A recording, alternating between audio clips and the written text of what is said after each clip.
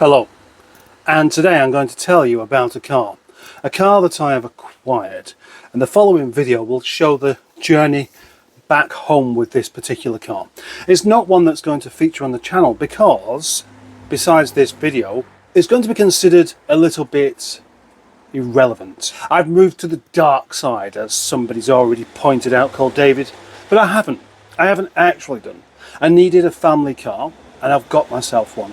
I need a big, strong family car that's an estate and a diesel, and that's what I've got. And I've swapped the car called Charles for this particular car. It is going to be considered kind of not appropriate for this channel because it is, and not only that, it is an pants. And the reason I'm telling you about this is because I don't want it to look like I'm keeping a secret. I've just got this car for my own purposes. It's just going to be in the background somewhere.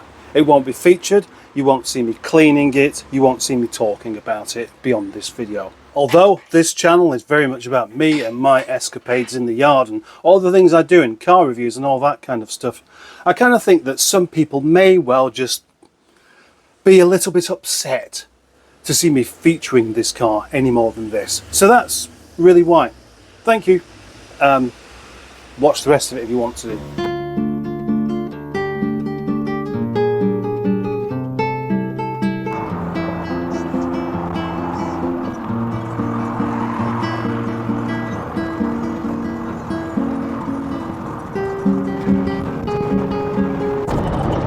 I'm driving back up to Rochdale in a car that for some may be very recognisable because they've seen an interior like this before.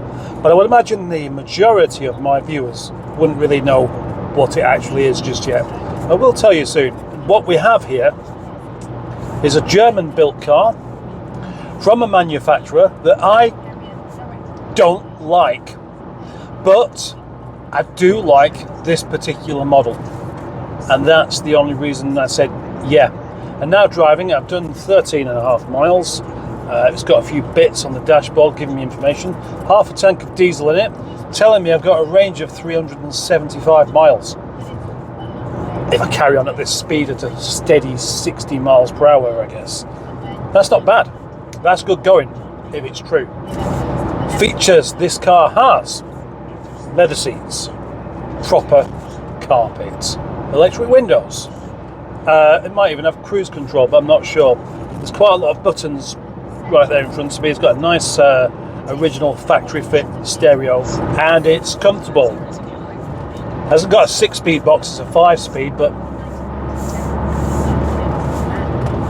I'm happy with 5. That's enough. Be greedy and have 6. Why do you need 6 gears, eh? Well, you don't. Still saying 375 mile range as well. I have done a review on 2 of these cars, not with this. Well, one of them with the same engine as this one, the second one didn't, and I just happened to really like both of them. First time I was a bit surprised that I liked it, second time I wasn't. Now then, let's talk for a moment about Audi. Last year, my little Rover 25 diesel called Eric got ran into the back of, and I was shunted into another car, and it was a total loss. Basically, it was just, that's it, chuck the thing away. Anyway, it made me think at the time I could do with a car that is a properly big, safe, strong thing, and my thoughts turned to Volvo. I did a test drive in the V70. I've always liked the look of the V70. Allegro Man's V70, drove it, and I loved it. I thought, yes, I really want one of these. Or a Saab 95. 2 other companies that I've always really liked: Saab, Volvo, oh, and Mercedes as well, but only the old stuff. Audi, BMW, Volkswagen, nah, never really liked them. But I did appreciate the quality of the materials in the older cars. Volkswagen, I always found them just a bit dull, to be honest. BMW, kind of a bit more interesting, but you still end up bored with them. I've had a few and I've found them a bit boring quite quickly. Audi, And it was at this point when my microphone battery gave up. Unknowing to me, I spent the next half an hour or so rattling on about all sorts of different things to do with this car, to do with other cars, justifying my reasons for doing this particular swap, as if I had to. In actual fact, I've done this swap because it made absolute sense to me. In actual fact, I shouldn't even really find myself needing to explain this. It's my choice. As much as I love the Rover brand, this isn't for me. This car is a family car. Family is surely a bit more important than the feelings of just a few people that think I should just keep this channel all about Rover. I remember the first time I featured a car on this channel that wasn't a Rover, and I had people complain at me, and I wasn't really ready for that. I thought, that's strange. What does it matter? Is it really going to upset you that much?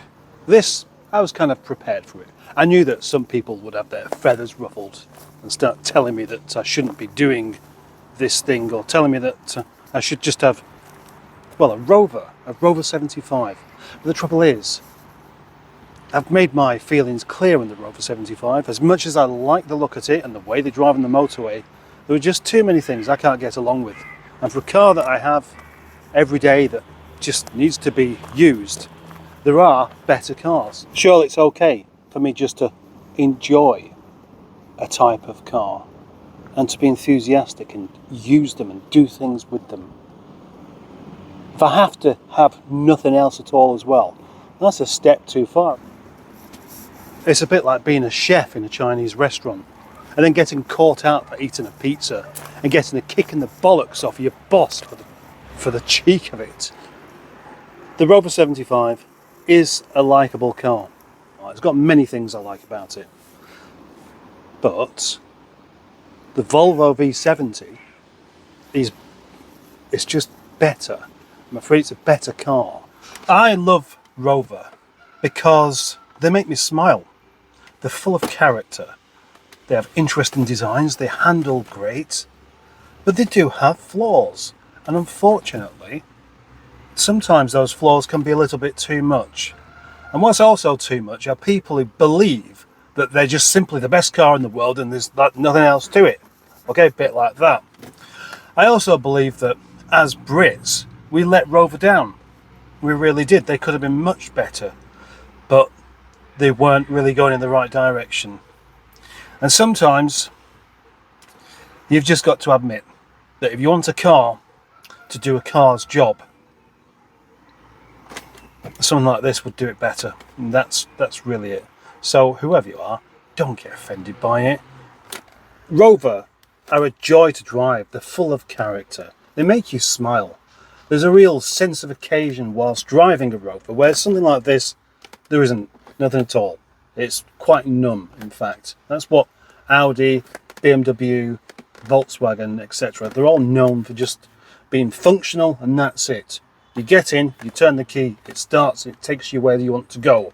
You don't have a laugh along the way, you don't tell any jokes, you don't make any friends.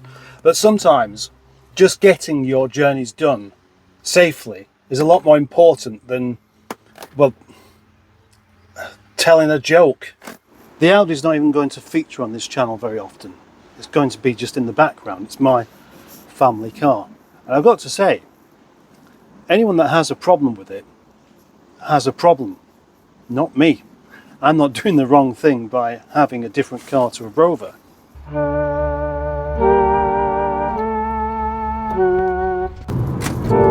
There we go then, Alexander, the Audi A6. I've cleaned it, cleaned the wheels, I've waxed it. I put the Project Nigel sticker on the back. I've vacuumed the interior, I've steam cleaned bits of it, I've cleaned the glass, and I've just made it my car. And I think that's the way it's going to stay.